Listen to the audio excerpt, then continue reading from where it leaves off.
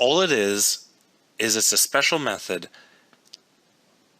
that is invoked when you instantiate an object. The syntax for a constructor looks a little bit odd. We have our access modifier, but we do not have a type.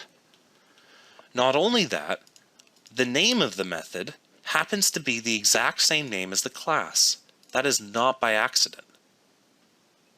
A constructor will always have no return type, and its name will always be the same name as the enclosing type.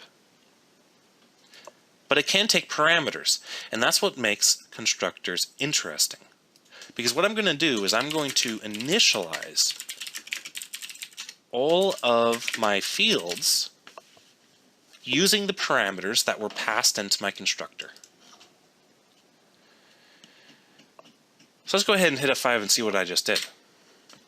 Well, I introduced a compiler error. Actually, I introduced 3 compiler errors specifically.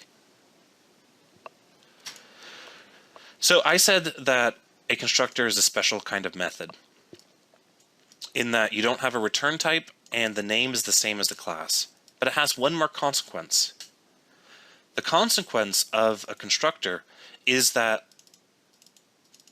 if you define one, then that takes in parameters, you have to specify those parameters into the instantiation of the object. We see an example of that with our 3 errors that we have. We have product does not contain a constructor that takes 0 arguments. The reason it's saying that is because we created our own constructor that require 3 arguments to be passed into it.